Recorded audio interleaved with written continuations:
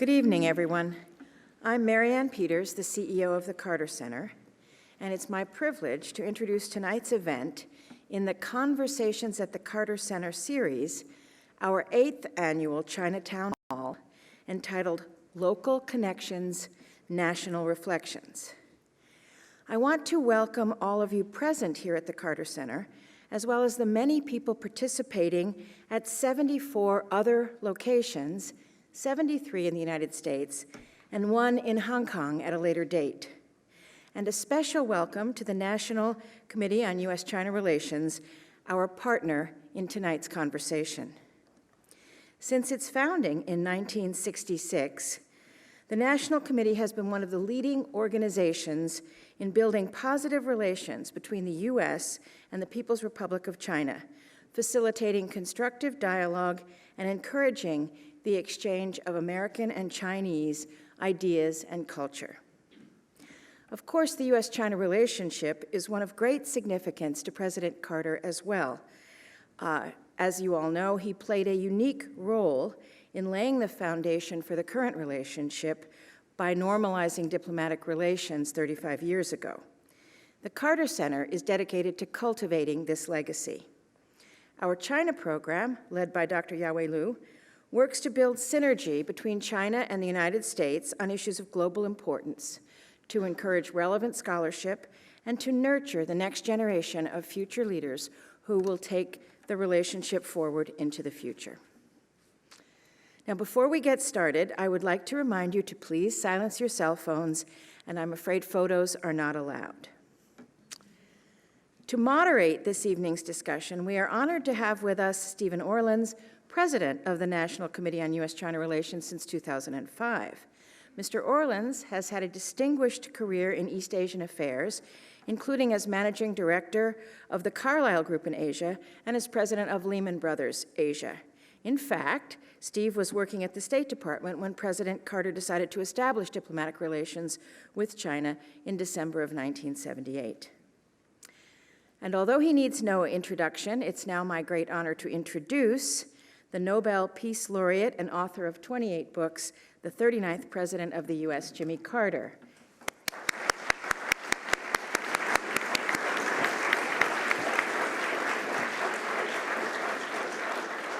Steve? I want to thank Ambassador Peters and the Carter Center for hosting tonight's event.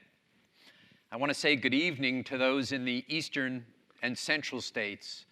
Good afternoon to those in the mountain states and on the West Coast. As Ambassador Peters just said, I'm Steve Orlins.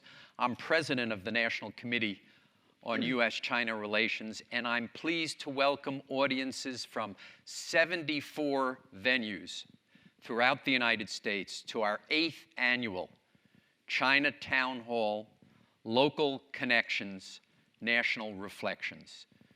We created Chinatown Hall in the belief that U.S.-China relations are the defining relationship of the 21st century, and that getting that relationship right is the key to peace and stability throughout the world. On the 35th anniversary of the establishment of diplomatic relations, we could have no one better than the man who presided over that historic event, the 39th President of the United States, Jimmy Carter. Thank you very much, Steve.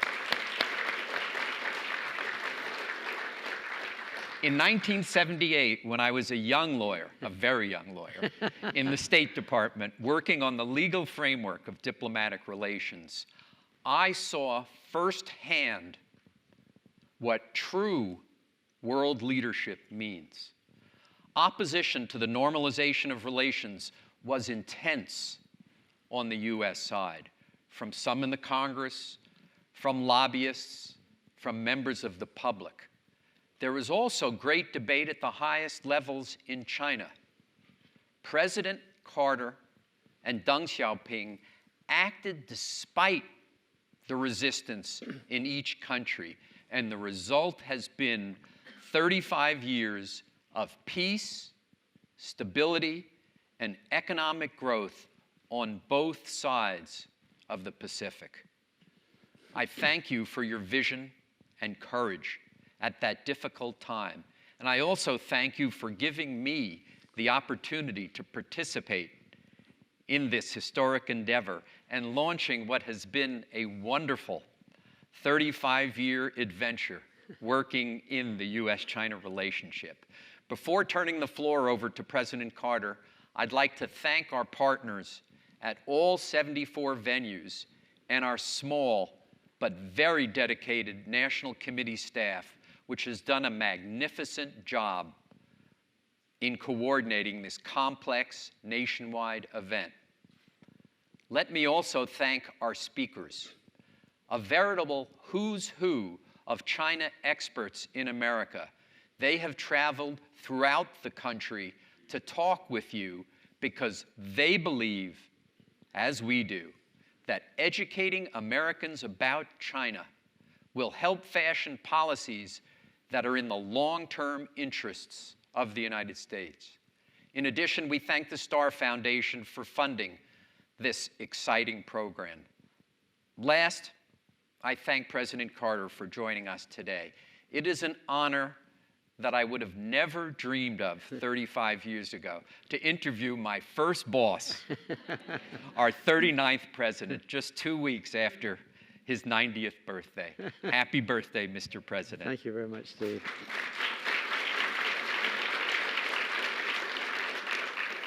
We are now accepting questions submitted via Twitter using the hashtag CTH2014. That's C as in China, T as in town, H as in hall, 2014, 2014. We will get to as many questions as we can, and I apologize in advance to those whose questions we won't have time to answer. Let me now turn the floor over to President Carter for a few opening remarks, and then we'll get to the questions. Thank you, Steve, very much. Well, I'm delighted to be part of this forum as well, this town hall meeting.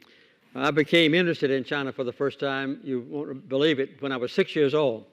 My favorite uncle was in the U.S. Navy then and served along the China coast, and he sent me a lot of mementos and letters back from China, so I became quite interested in it. As a matter of fact, my uncle was captured by the Japanese the second day of the war. After the Japanese bombed Pearl Harbor, the next day they took Guam, and he was one of the sailors on Guam, and he stayed as a prisoner of war until he was rescued at the end of the war. So I became interested in China quite early. I watched very carefully after the Second World War was over, and during it, with Claire Chennault and the Flying Tigers. I had a very close friend there named Jack Crockford, who flew 423 sorties for the Flying Tigers during that time. So I was quite interested in the war as I was beginning my career in the Navy. While I was a submarine officer in 1949, I made my first trip to China. The Chinese Communist forces were approaching the coast. The Nationalist Chinese under General Chiang Kai-shek was just occupying the coastal area. I went into Hong Kong, I went into Shanghai, and then I went to Tsingtao, but now Qingdao, and stayed there for 2 or 3 weeks, operating in the ocean outside those ports with American allies. And then I left China, and a few months later, the People's Republic of China was born when Chiang Kai-shek left there and went to Taiwan. As a matter of fact, the People's Republic of China was born on my 25th birthday, October the 1st, 1979. And I've been interested in China, obviously, ever since then. I was very, 1949. I was very interested in seeing... You look like it was 79. Well, it does seem like it, yeah. I've been thinking about 79. Anyway, I was very interested also in when Richard Nixon went to China in 1972, and he and the Chinese officials declared that there was only one China. I was disappointed that they didn't say which one. And then for the next 6 years, as you all know, the United States continued to have diplomatic relations only with Taiwan. And I saw in my own career in the Navy for 12 years the devastating wars that took place in that area of the world. Not only the Second World War, but then, of course, the Korean War and then the Vietnamese War, in which my oldest son was a participant. And then, so when I got to be president, I thought that it was a very good opportunity for us to sign an agreement with China to recognize them as the mainland China as representing the Chinese people, and I hoped that it would have good results. I had a good partner in Deng Xiaoping, who finally prevailed in the power struggle in China, and he and I negotiated secretly from the White House only. We never did send any messages through the State Department because it was full of, it was a sieve, it was full of holes, and it would let go out. We leaked terribly, I agree. It was, well, okay, I was wondering if Steve was going to disagree with me, but we wanted to keep it quite secret because the support for Taiwan then was overwhelming in the United States.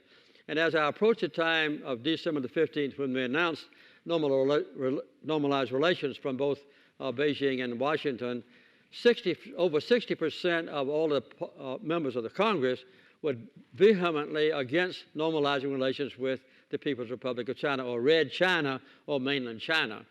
And when I did finally declare that we were going to normalize relations, I was condemned by Republicans all the way across the spectrum. Barry Goldwater, all the way to George H.W. Bush, condemned that action. But I felt like it was the right thing. And as Steve has already pointed out, since then, since 1979, peace has prevailed in Asia. There hasn't been another war, another armed conflict in Asia, and the whole area has progressed, I'll say culturally and economically as well. So I think the final results of what we did on 1st of January 1979 have proven very beneficial. I made a trip to China, a 10-day trip just a few weeks ago, and Steve was there. That happened to be approaching my 90th birthday. It was the 65th anniversary of my visiting China for the first time. It was the 65th anniversary of People's Republic of China being formed. It was the 35th anniversary of normalized diplomatic relations, and the 110th birthday of Deng Xiaoping. So we had a lot to celebrate in addition to the Autumn Festival, and it was a very pleasant and wonderful visit for me. I've been to China almost every year since I've been out of White House many, many times. And I've met with Xi Jinping now 4 times, 3 times even before he was the leader designate of China. So I've had a wonderful relationship with China and look forward now with some trepidation to answering the questions that come in from Steve and also from Twitter. So thank you, Steve, for letting me this chance to make an opening remark. You visited Hong Kong when you were a young naval officer. Yeah, I did. And I see a lot of our questions are from Hong Kong. So let me just run through them, and at least the first 4 that have come in, because I think that's very much in the news today. Eric in Worcester, Mass. says, China's leadership is faced with continued student demonstrations in Hong Kong. What position should the U.S. and the Obama administration take on the issue? What are your recommendations? From China, actually, Jing in Shenzhen, where, by the way, they get direct Hong Kong TV, so they follow it quite closely, I'm sure. What do you think of the Hong Kong student protests? Evan in San Diego, what effects do you think the Hong Kong protests will have on China's economy? And Jimmy in Philadelphia asks, how would Hong Kong electing their own leadership affect trade with China? So all of those at once. I think it's the Hong Kong question, I understand. yes. Well, you know, we got a bookload of questions. First of all, I think President Obama should observe the sovereignty of China. This shouldn't be questioned. My understanding when China assumed control over Hong Kong from Great Britain a number of years ago was they were going to give the people in Hong Kong substantial freedom and substantial democracy to choose their own leaders. As you know, there has been some progress made in that. And now, of course, the big altercation is that there are 1,200 people in Hong Kong that meet together, and they reserve the right, according to the recent statements by China, to approve any nominee who wants to run for the leadership of Hong Kong. And this is what the students object to very strongly. I was not surprised to see their objection, and I was not surprised to see the demonstrations. They have been going on now for quite a while. In my opinion, China should honor the spirit of the commitment to give the Hong Kong people freedom to choose their own leaders. However, knowing China, I would say that China government is not going to back down.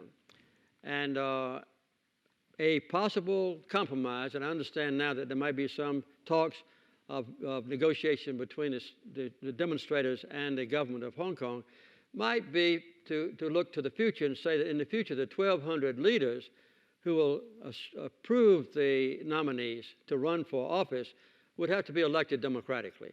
I think that would be a possible compromise. If I was a negotiator, at least that's what I would put forward. So I think it's an intransigent problem. I don't believe China's going to back down, and I think for the United States to intercede directly with condemnation of China might be counterproductive. I think that's a terrific suggestion, and one which I hope they take seriously.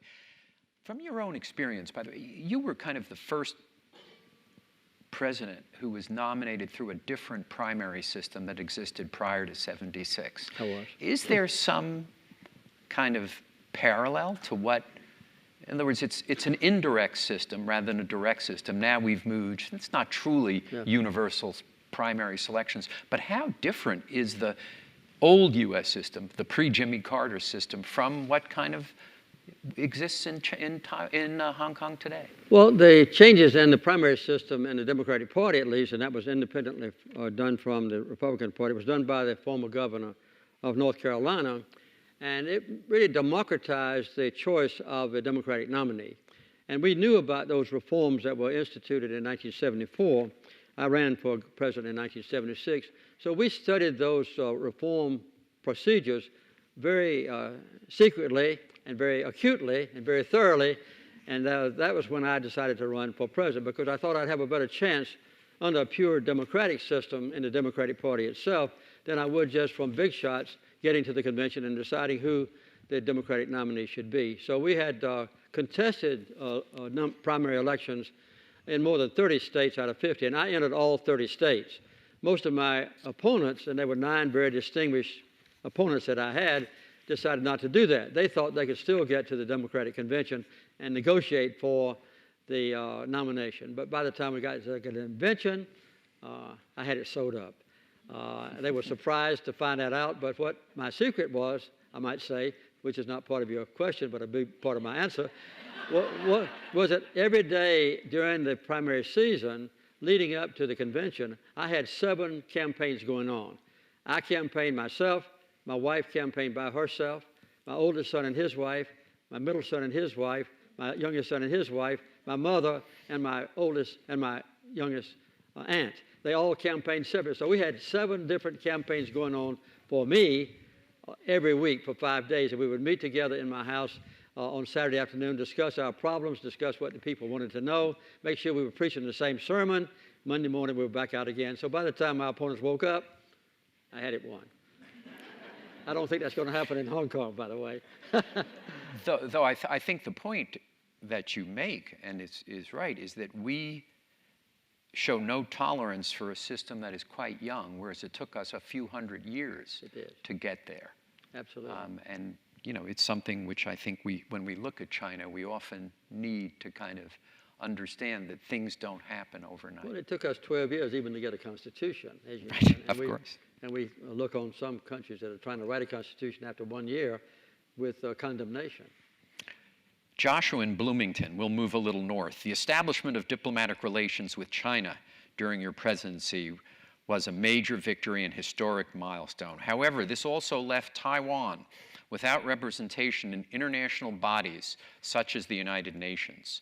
What solutions can you suggest for preserving Taiwan's robust democracy, especially in light of recent events in Hong Kong, that might deter Taiwan from willingly reconciling with the mainland? Well, I was very careful when I was negotiating with Deng Xiaoping, and this is a major delaying point. It was a major, I'd say, difference between me and Deng Xiaoping. I insisted for 2 things. One, that we would honor our treaty commitments to Taiwan, which gave them a 1-year notice for any termination of the treaty agreements. And also, that I told Deng Xiaoping that we would continue to have full trade and commerce with Taiwan, and that we would sell Taiwan defensive weapons only. The other thing that I insisted on was that we would make a public statement that any differences between the mainland and Taiwan in the future would be resolved peacefully. And I didn't expect Deng Xiaoping to agree to that last statement, and he didn't. But he did agree not to contradict it. So that was a sticking point. And it was only after the 1st of December, just a few days before we made the public announcement, that Deng Xiaoping surprised me pleasantly by agreeing to all of my previous caveats or commitments that he had to comply with. So it was a harmonious thing. And Deng Xiaoping made some statements as well, and we didn't ever disagree, that Taiwan was part of China. There was only one China. So we had an understanding that we negotiated in secret. Yeah, and just as I said, you kind of acted in the national interest and overcame domestic opposition. I believe Deng did the same thing, Well, that there were people who did not agree to his compromise. That's true. There was no legal opposition to my normalizing relations with China, because the Constitution of the United States gives the President of the United States sole and unilateral decision about which government we recognize when there's a controversy. So I had the full right, and Congress couldn't veto my decision to normalize diplomatic relations. But then we worked out a very careful and I think a very mutually convenient arrangement with Taiwan during that next year, and we've continued with massive trade and commerce with Taiwan, and we've had a relatively good relationship both with Taiwan and China. I might add that for a long time there was a hot competition between China and Taiwan about who would have diplomatic relations with individual countries around the world. And I understand it now, since there's been a good relationship between the mainland and Taiwan, that they have agreed not to try to take over the embassies that the other one still has. So that's kind of an agreement that they have worked out independently of the United States. This is from Paul in Virginia. Does it trouble you that given our level of commitment to protect Taiwan that you made and has been kind of continued, does it trouble you that the Taiwanese have done little to modernize their military forces? Well, as you may know, I complied very assiduously and carefully with the agreement that I made with Deng Xiaoping that we would sell them only defensive weapons. And that was carried out by Ronald Reagan as well. When George H.W. Bush became president, however, he decided to sell them F-16s, which was kind of an offensive weapon and a slight departure from what we had agreed. But the Chinese have accepted that deviation from the agreement that we reached. But we still have complied with our agreement, and China has also continued to say that they will resolve differences with Taiwan in a peaceful way.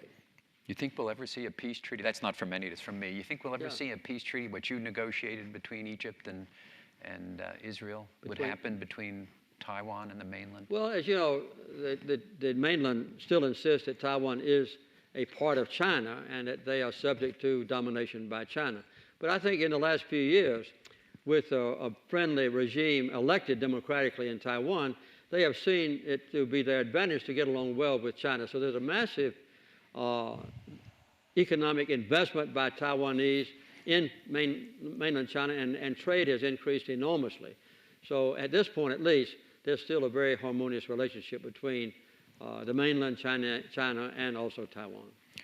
Continue north to Japan. Oscar in Reno, Nevada asks, President Obama announced in April, assuring Prime Minister Shinzo Abe that the United States would defend Japan on the dispute over the Senkaku Islands with China.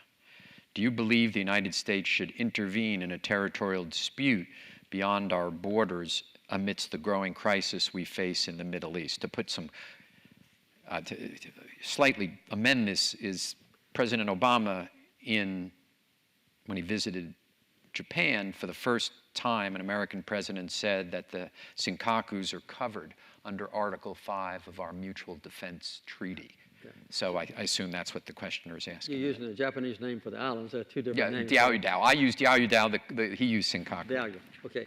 But I've talked to the Chinese leadership about this issue, including Xi Jinping, on, I think, 2 occasions. And my assurance from him is that the differences between China and Japan will be resolved bilaterally and in a peaceful way.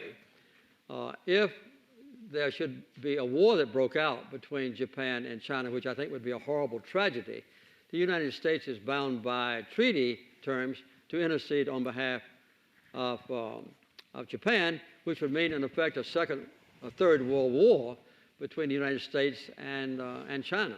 And my dream is, and my hope is, my prayers are that this will not happen. I don't think it's going to happen.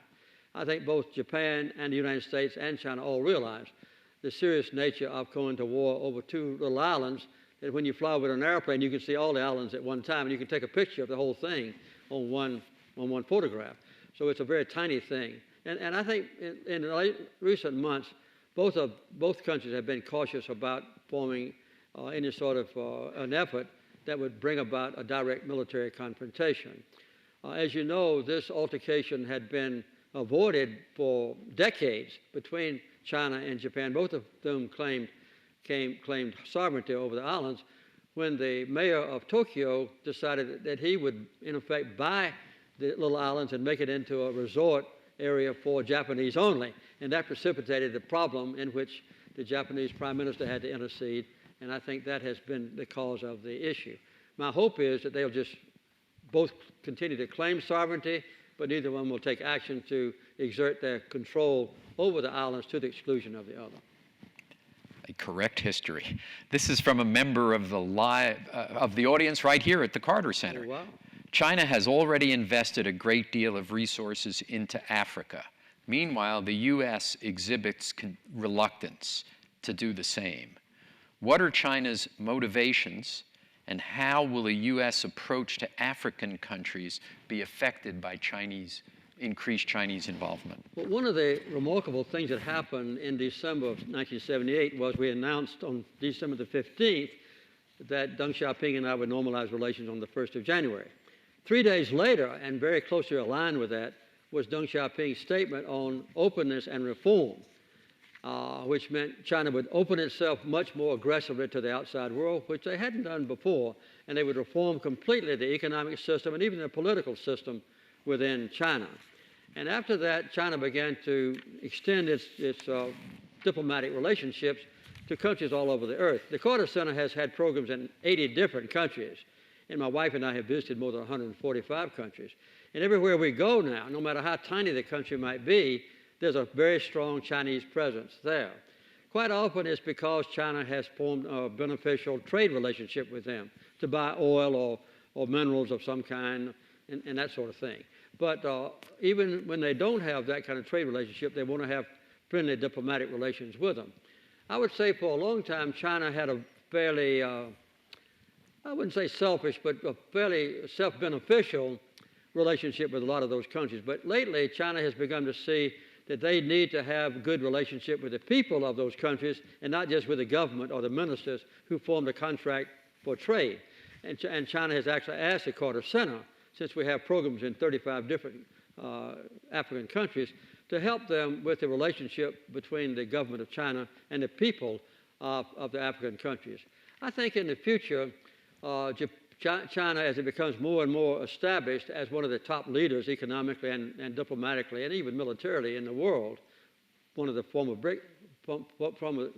BRIC countries, that China will begin to take a more responsibility to see that the world is stable and that wars are prevented and that local altercations that might lead to conflict like going on in North and South Sudan right now should be ironed out. And I think China will become more and more involved in trying to ease tensions and use our diplomatic influence in those countries to preserve and promote peace and stability. Certainly their participation in UN peacekeeping efforts is quite significant now. It is. Thousands of Chinese troops. I might add, to surprise of some of the audience, that there are over 1 million Chinese now who live permanently in Africa. And that trade with Africa has now exceeded $165 billion a year. So, and it's increasing rapidly, not only the diplomatic relationships that I described earlier. And they, of course, have this enormous effort to help on Ebola. They do. They're deeply committed to humanitarian issues now. Yeah. This is from Columbia, Missouri, Runtian, and I think is particularly appropriate because you lost a night's sleep when Frank Press called you and woke you up to Deng Xiaoping asked you to send 5,000, could the United States accept 5,000 students? So this is, why is there a cap on the H-1B work visa? In 2014, there were 172,000 H-1B applications filed, but the lottery cap only allowed for 85,000 visas.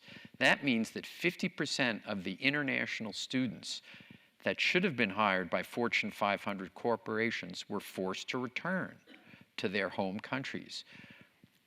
Why not double the H-1B work visa cap? Can the U.S. really afford to train and send top international students back to their home countries to compete against the United States? That's a long question. I'll give a brief answer, I hope. Well, as you know, after 9/11, there was a tightening up in this country of all aspects of foreigners coming into our country. And this did apply to that particular group to which the questioner referred. But the relationship with China has been different. We have now over 250,000 Chinese students in American universities and colleges. And in the last 10 years, we've quadrupled the number of American students also going to China. And this is a matter of great pride in China and also in the United States. This was a very serious problem that Deng Xiaoping and I resolved. As Steve has pointed out, I was waked up in the middle of the night at 3 o'clock in the morning, by the way, by my science advisor, whose name is Dr. Frank Press, who was over in China working out another agreement with China concerning science and technology. And people didn't wake me up very much at 3 o'clock in the morning unless it was an urgent crisis. So when I finally woke up and found out that Frank Press was on the phone, I said, "Frank, what in the world is wrong with you?" I knew what he was. I said, "What happened in China?" He said, I'm here with Deng Xiaoping, and he wants me to know now from you if he could send 5,000 Chinese students to American universities." And I was quite angry. I said, "Tell him to send 100,000," and I slammed the phone back down.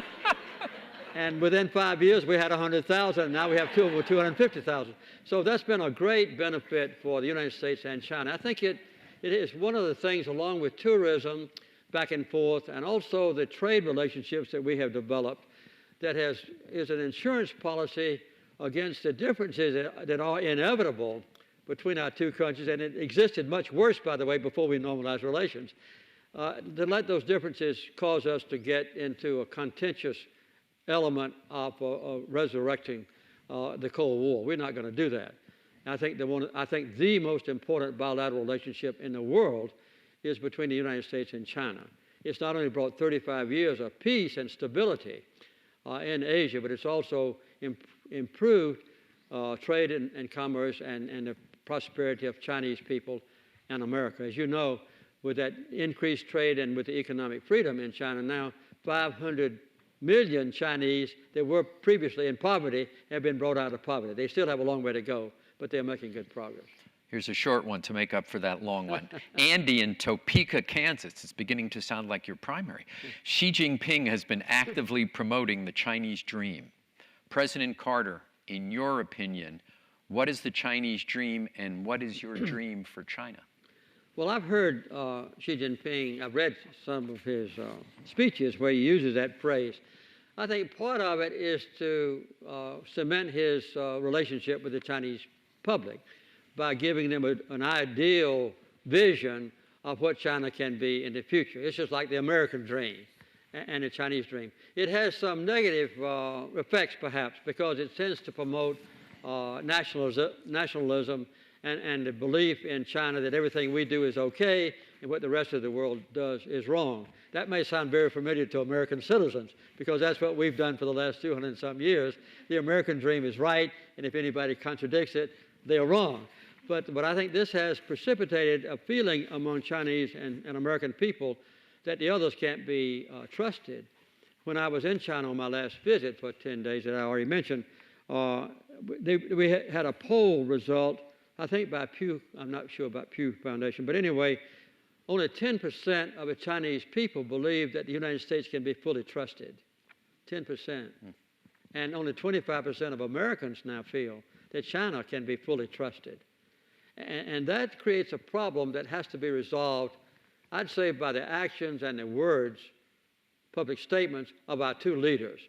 When they get together, and you may know that President Obama will be there in November, and I understand that Xi Jinping is coming to our country in January. But when they come to our countries, they need to make positive statements about the benefits that have already been derived for the last 35 years and how we can stay at peace and understand each other for the next 35 years. Despite the fact we have different objectives, different priorities, we have a different form of government, we have different history, all those things were well understood by me and Deng Xiaoping. In fact, as I said a few minutes ago, the differences that existed between China and the United States when we normalized relations were much greater than anything that's happened since then. And so every president that comes into office has to get to know the benefits that are derived from the normalized relations between our countries. The Asian Studies Department at the University of Vermont asks, how strong is our actual influence on Chinese foreign policy, and how much has it changed since you were president in the last 35 years? Well, I think that China always resents any foreign country, including the United States, criticizing their own domestic policies on human rights or anything else. But I also think that it probably has some effect on the leadership in China when they feel or hear that respected foreign leaders are critical of some of the things that are being done there. I had a very interesting first confrontation with Deng Xiaoping when he came over to visit me in January of 1979.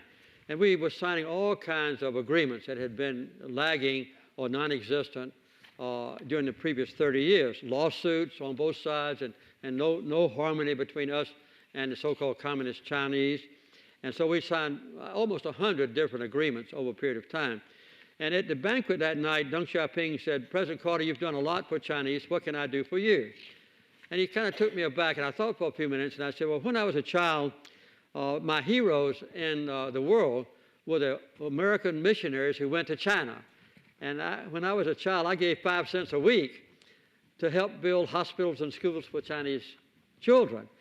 And now you're a communist and atheist regime, and I know you don't permit Bibles to be distributed in China, and you don't permit freedom of worship, and you don't permit missionaries to come. I wish you'd change those policies. He was kind of taken aback by my request. He said, I'll have to let you know later about that. So the next day, as a matter of fact, he got me by myself. Only he and I and interpreters were there. And he said, I've decided to comply with 2 of your requests. In the near future, at the next meeting of the National People's Congress, we will guarantee freedom of worship in China for the first time in 30 years. And we will let Bibles come back into China without restraint. But we will not let American missionaries come back in because they acted as superior to Chinese.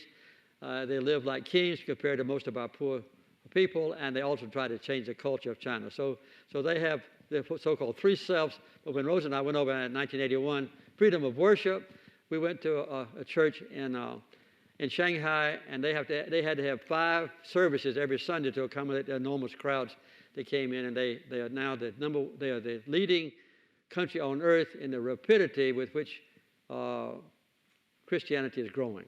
They're the #1 growth country on earth in the number of Christians, and they have unrestricted distribution of Bibles. So that's the kind of thing that the Chinese will accommodate if they can do it within their own time limit and within their own still sovereignty to make their own decisions. By the way, Rosalynn has been mentioned many times, and I'd just like to say she's with us tonight, and we welcome you to be here.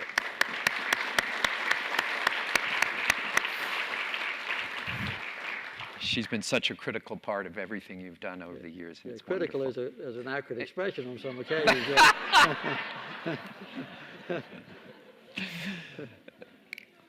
Zach, but when she criticizes, I listen. I might that's say right. You should say, you think negotiating with Deng is tough. Try my way. Zach at DePaul University asks, what will China's reaction be if North Korea continues to advance its nuclear program? Well, you know, we criticize China because they don't take an active role in our condemnation of the plans, at least in Iran, to develop nuclear weapons. But China has a much more difficult challenge next door to them with the North Koreans who have already developed the capability to produce and are producing nuclear weapons themselves. China is very cautious about trying to intercede publicly into internal affairs of North Korea.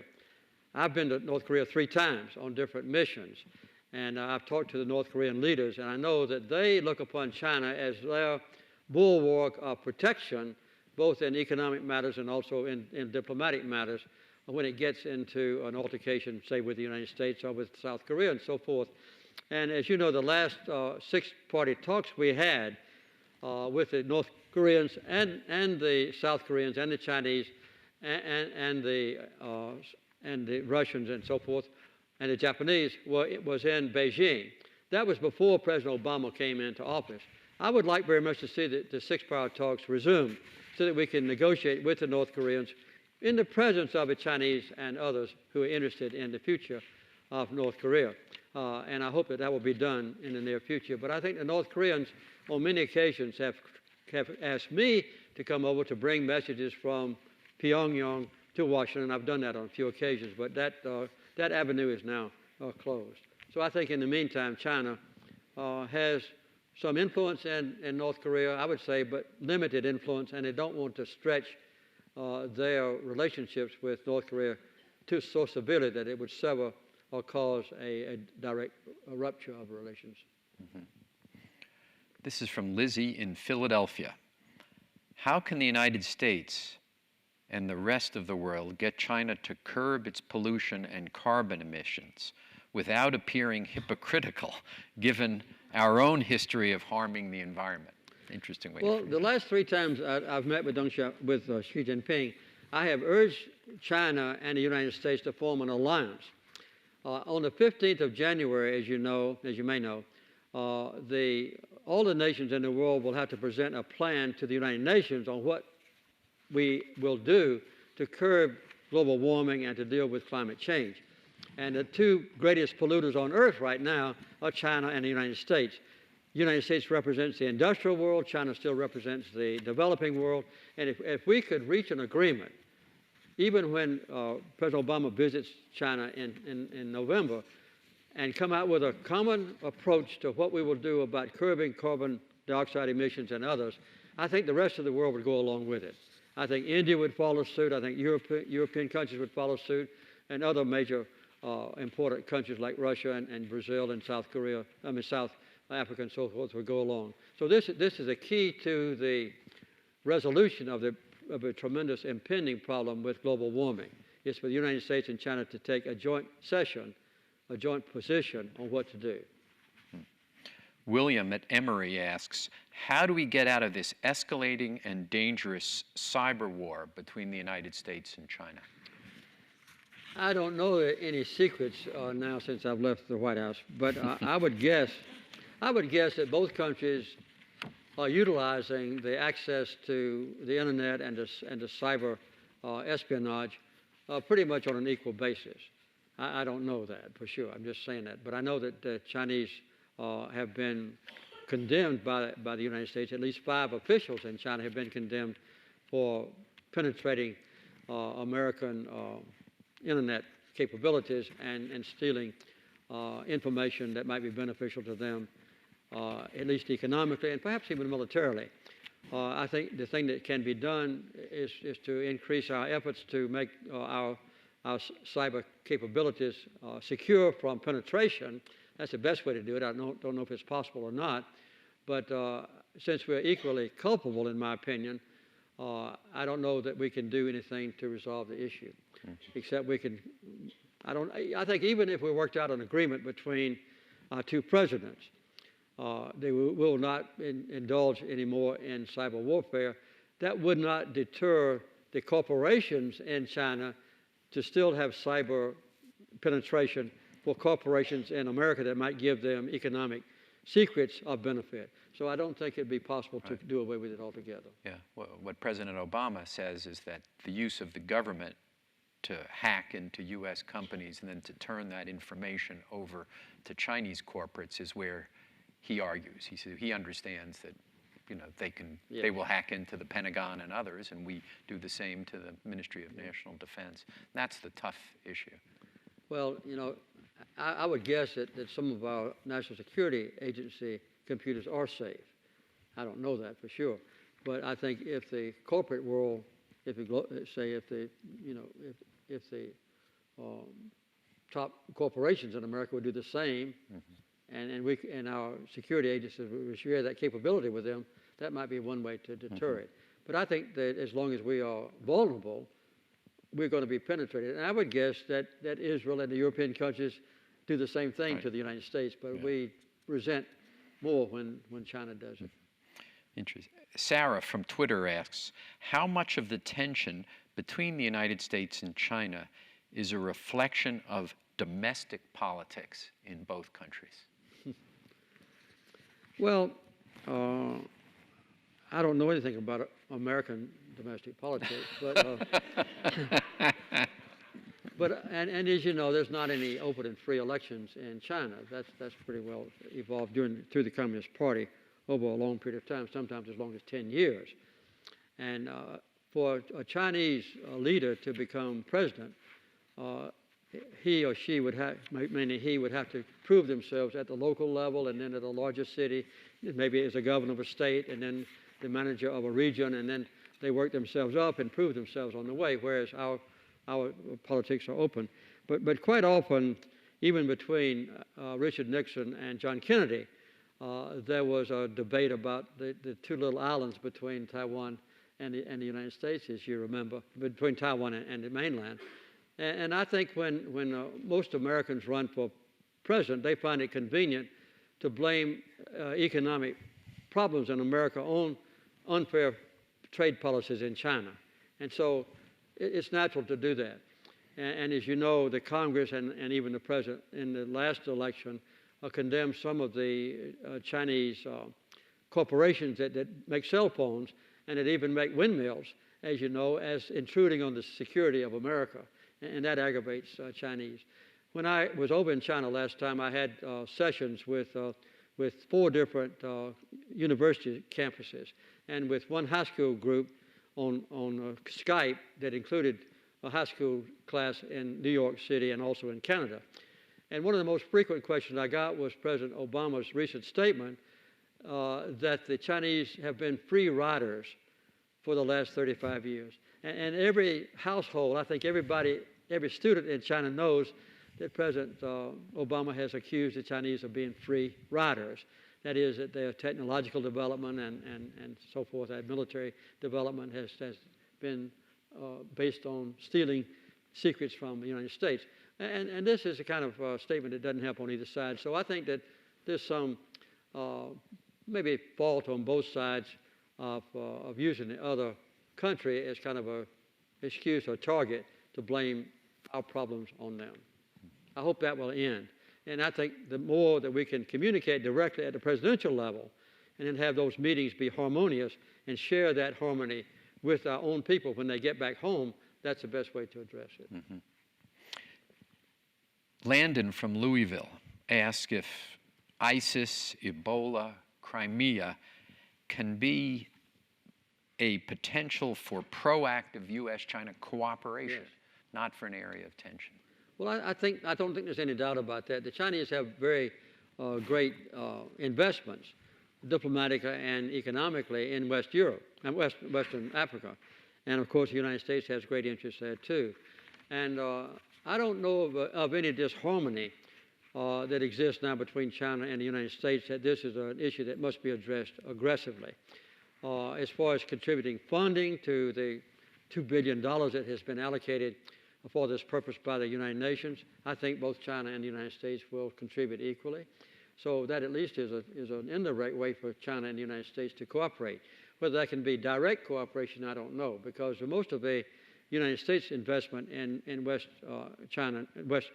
Africa now on Ebola is through the CDC and also through the 3,000 or 4,000 soldiers that President Obama has ordered to go over there without delay, since that is his privilege as Commander-in-Chief. I don't think China can get involved directly in the CDC or the American troops going, but they can certainly cooperate in helping those individual countries. Yeah, sometimes it's crises that can provide us with the opportunity for strengthening that relationship. That's right, and both China and the United States will benefit our own people by preventing Ebola from coming to us if we stamp it out in West Africa from a self-interest point of view. Yeah, absolutely.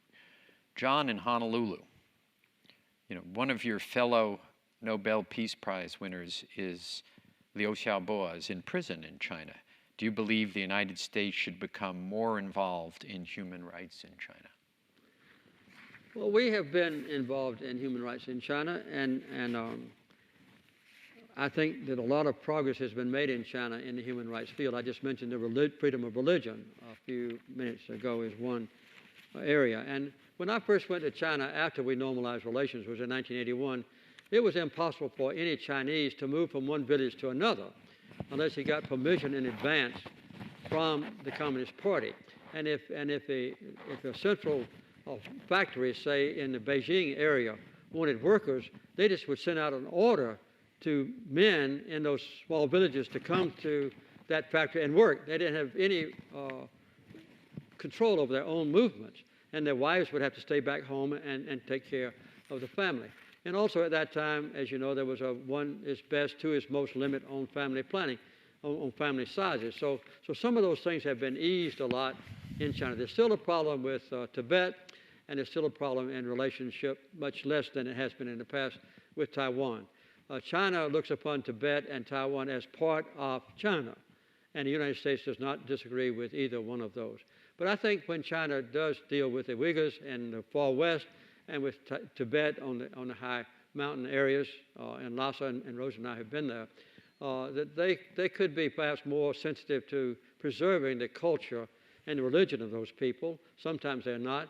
But if I question the Chinese leaders about that, they say, oh, we don't interfere with a religion and with culture. But for that condemnation to come officially from the President of the United States, I think it just exacerbates an already existing problem without resolving it. Here's the youngest listener, viewer I've ever seen, Dorian, age 8.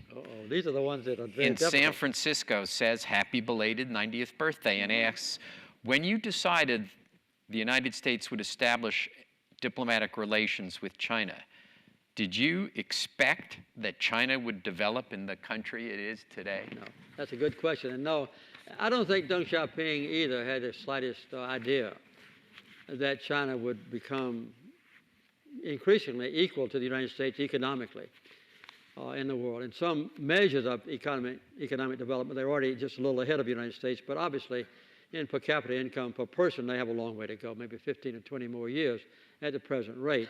So I don't think that either Deng Xiaoping or I envisioned how dramatically China would change with freedom of economy. And I don't think the Chinese government has changed all that much as far as the Communist Party is concerned. You might be interested in knowing that shortly after we normalized relations in 1982, Deng Xiaoping ordained through the National People's Congress that totally democratic elections would be held in the little villages in China.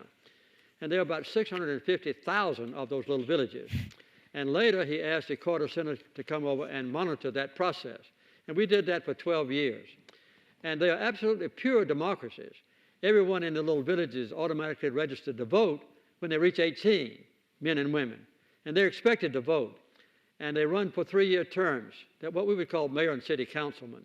And they elect 5 persons. And if you want to be reelected after 3 years, you can run for reelection. And it's a secret ballot.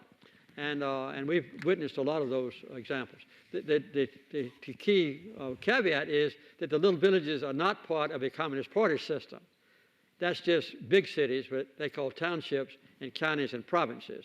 That's a Communist Party. So the little villages are below and not part of a Communist Party system.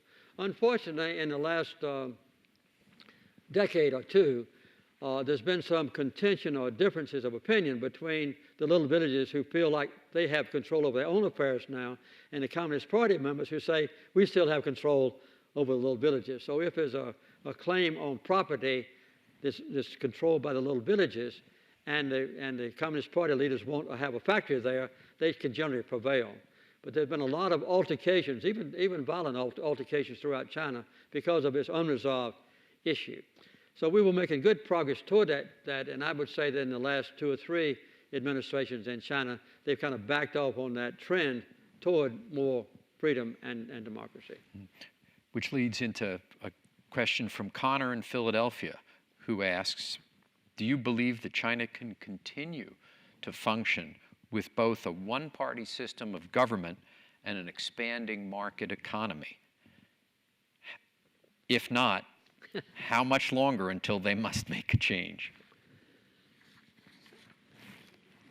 I don't want to predict that the Communist Party is going to fall in China. I think that the leaders of the Communist Party will be flexible enough to accommodate demands from their own people in order to keep the Communist Party in charge. That's my belief. And as I just mentioned in the closing remark on my previous answer, I think that perhaps Deng Xiaoping had more flexibility in seeing democracy take hold than some of his successors have. And recently, my impression is that there's been a tightening up of security in China. And I would say that that happened under Hu Jintao, the previous president of China, and also under Xi Jinping. My own personal opinion, and Chinese may differ with me, I think Xi Jinping is probably the most forceful leader that China has had since Deng Xiaoping. And I think he's determined to preserve the paramount nature of the Communist Party system. And I don't see any present prospect of that being changed with any sort of Western-style democracy. And you notice from the public opinion poll that I quoted to you earlier that his emphasis on the nationalism and sovereignty of China and the worth of the present political and economic system creates doubt about America, because America is understood by many Chinese to be trying to restrict China's development economically and politically and militarily, and to restrict the progress that's being made in China, which I think is false, but it's a belief that has been engendered in China. So for me to predict that the present government is going to fail, or for Chinese to predict that the American government is going to fail, I think is inappropriate. When you were president, did you foresee that Korea and Taiwan, which were at that point still authoritarian regimes, would evolve into the democracies that they are today? And is there some parallel to what we see in China? Well, Taiwan had already started in that direction in holding elections, but it was still dominated, as you know, by the nationalists, yeah. And when I was president, South Korea was also a dictatorship. Right. President Park was the leader of South Korea when I made my official visit there, and he was quite domineering and had all the trappings of a dictator. And he was assassinated the last few months of my administration by, I think, Deng, who went in and killed and had Park killed. So that was a transfer from one dictatorship to another military leader. And it's been since I left office that South Korea has moved toward democracy. So I would say, no, I did not anticipate those changes. Yeah, the question really I often wrestle with is the foreseeability of these. You know, I've, since the days working for you, watched these countries evolve into real democracies, and it wasn't, I lived in Taiwan, I didn't predict that. I don't think that anybody anticipated this. Right. But I think we've had a very harmonious relationship, so far as I know, with Taiwan since the normalization. Yes, I think that has been, you know, that was the most difficult part when you proposed the Taiwan Relations Act. That was extraordinarily controversial in the Congress. And ultimately, a piece of legislation emerged which was acceptable, which was great. CJ in Vermont. I came to the United States 8 years ago for my PhD, and I now work for a U.S. company. It seems that a lot of U.S. news outlets portray the United States and China as enemies. I believe this portrayal does not accurately reflect how the majority of Chinese people feel about the U.S. or U.S. China relations. As a result, this creates misunderstanding and mistrust. How can we help more Americans learn about the real China and the hopes and concerns of Chinese people in order to improve mutual trust between our countries? Well, as I mentioned earlier, there's a great deal of feeling on both sides among the people, I think greatly swayed by the media, that the other side can't be trusted. And that's an area that has to be addressed, I think, foremost by the leaders themselves. And as you know, Xi Jinping and President Obama had a very harmonious relationship in Sunnyland, California, in their shirt sleeves and so forth before, and I think good results have come from that.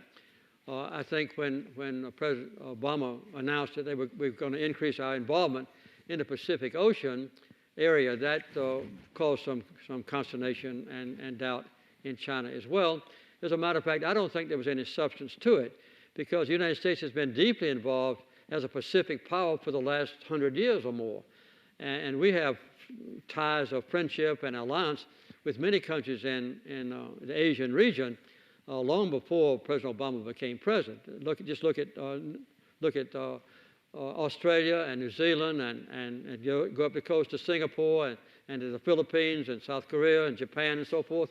We have a plethora of trade relationships and even military alliances with those countries that preceded President Obama's announcement. And I would guess that the recent altercations, breakdown of peace between Israel and its neighbors, and the altercation and problem with ISIS in Iraq and in Syria, and even the Ebola crisis in Western Africa have changed President Obama's attention from the Western Pacific region more toward the East again.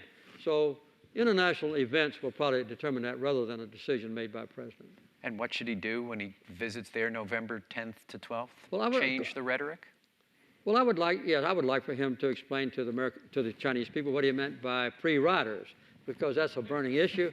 And I think that he might say, I'm not trying to write his speeches for him or anything, that would be presumptuous, but just explain what he meant by it, not a condemnation of the Chinese people, and still praise their economic advances that they made on their own initiative, and just say that in the future we need to be equal partners and benefit from what's learned in other countries, or something of that kind. And he could possibly make a statement that he looks upon China and Japan as powerful and reasonable countries to resolve the differences between them, things of that kind. So I'm not trying to say what he should say, but I think that what he says when he gets back home about his relationship with Xi Jinping would be very good, if it's positive. And I think they might, to take my own long-standing advice, if they could work out something of common interest and commitment on global warming or climate change, and present it to the world as an agreement between the two, that would send a very wonderful example or image of harmony between two great countries that are going to be in leadership in the world in the decades to come. President Carter, that is a perfect way to end this evening. You have really given us a tour de force. This has been just a wonderfully informative discussion. So I want to thank you for sharing your time and thoughts with us. Your historic decision 35 years ago, as I said, laid the foundation for peace in the Pacific in all of our lifetimes. Your leadership and the work at the Carter Center to strengthen the U.S. China relationship is an inspiration to all of us. That concludes tonight's program. For those here in the Carter Center, please remain in your seats as President Carter departs the room. Thank you so much, Mr. President. It's been a pleasure. It's fabulous.